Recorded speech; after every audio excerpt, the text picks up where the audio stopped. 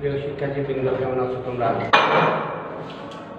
আলহামদুলিল্লাহ, আমি তোমাদের দোয়ায় এই দুর্যোগকালীন সময়ের মধ্যে আলহামদুলিল্লাহ ভালো আছি। আমি গত ক্লাসে তোমাদের সামনে দাখিল নবম শ্রেণীর নবম ও দশম শ্রেণীর ষষ্ঠ অধ্যায়ের জ্যামিতি বিষয়ে রেখা, কোণ ও ত্রিভুজ সম্পর্কে আলোচনা করছিলাম। আমি গত ক্লাসে তোমাদের সামনে কোণ যে 9 প্রকার ছিল, এই 9 প্রকারের মধ্যে আমি 5 নম্বর পর্যন্ত আলোচনা সমাপ্ত করছি। যে অধ্যায়টা আমাদের নৈবেত্তিকের জন্য বিশেষ গুরুত্বপূর্ণ।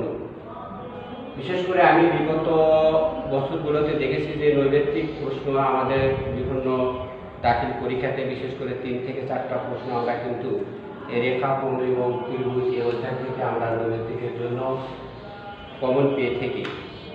সেহেতু এই অধ্যায়টা কিন্তু আমাদের নৈবেত্তিকের জন্য বিশেষ গুরুত্বপূর্ণ এবং জ্যামিতির অন্যান্য বিষয়গুলো সঠিকভাবে সমাধান করতে গেলে এই অধ্যায়টা আমাদের জন্য বিশেষ গুরুত্বপূর্ণ। তো 6 নম্বর আমার কোণটা ছিল যে কোণ যে 9 প্রকার, 6 নম্বর ছিল হলো প্রবৃদ্ধ কোণ। প্রবৃদ্ধ কোণ, যার ইংরেজি শব্দ হচ্ছে প্রবৃদ্ধ কোণ, যার ইংরেজি শব্দ হচ্ছে রিফ্লেক্স অ্যাঙ্গেল। প্রবৃদ্ধ কোণটা কি? প্রবৃদ্ধ কোণটা হচ্ছে একটা কোণ যদি 2 সমকোণ থেকে বড় হয় কিংবা 4 সমকোণ থেকে ছোট হয় তবে তাকে আমরা প্রবৃদ্ধ কোণ অথবা ইংরেজিতে রিফ্লেক্স অ্যাঙ্গেল বলতে পারবো।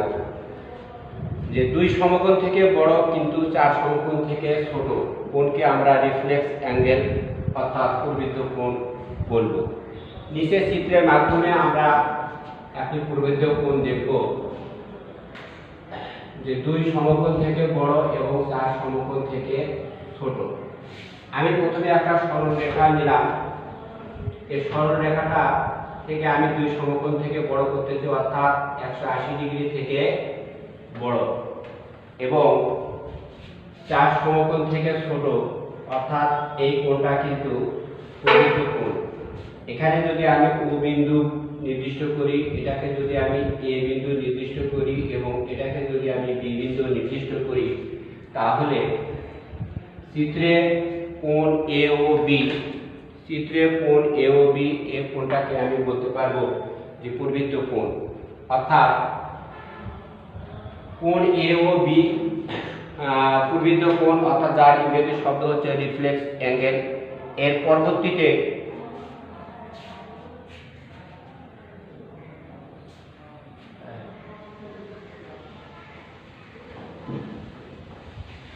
পরবর্তীতে সপ্তম নম্বরে আমরা আলোচনা করব যে পূরক কোণ। পূরক কোণটা কি? যার ইংরেজি শব্দ হচ্ছে কমপ্লিমেন্টারি অ্যাঙ্গেল। যার ইংরেজি শব্দ হচ্ছে কমপ্লিমেন্টারি অ্যাঙ্গেল অর্থাৎ পূরক কোণ।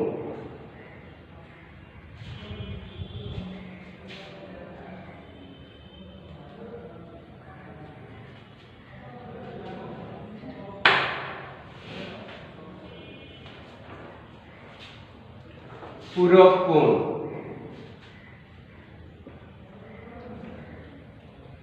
পূরক কোণ যার ইংরেজি শব্দ হচ্ছে কমপ্লিমেন্টারি অ্যাঙ্গেল। যার ইংরেজি শব্দ হচ্ছে কমপ্লিমেন্টারি অ্যাঙ্গেল।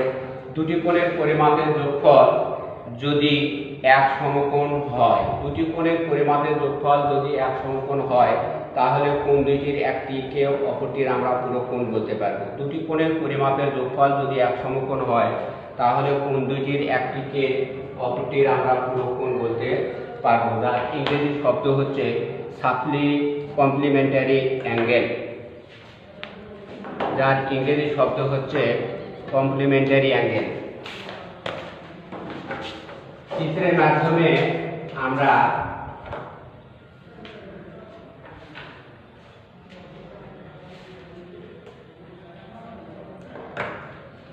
চিত্রের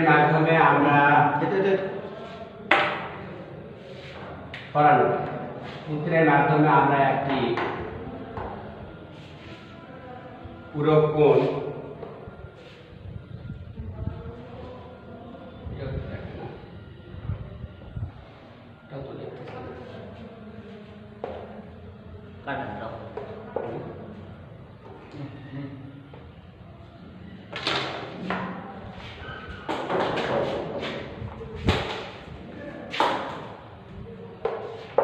দুটা কোণের পরিমাপের যোগফল যদি 90 ডিগ্রি হয় তাহলে কোণ দুটির একটিকে অপরটির আমরা পূরক কোণ বলতে পারব।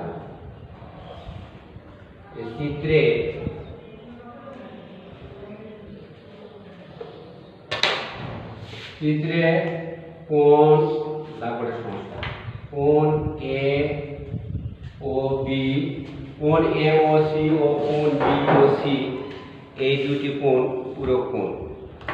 এরপরে আমরা আলোচনা করব যে সম্পূরক কোণ, যার ইংরেজি শব্দ হচ্ছে সাপ্লিমেন্টারি অ্যাঙ্গেল।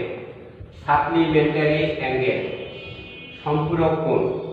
দুটি কোণের পরিমাপের যোগফল যদি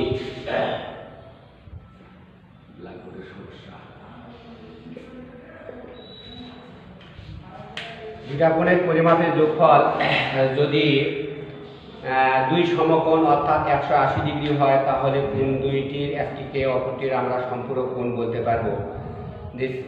সম্পূরক কোণ বলতে পারবো। নিচের চিত্রের মাধ্যমে আমি একটি সম্পূরক কোণ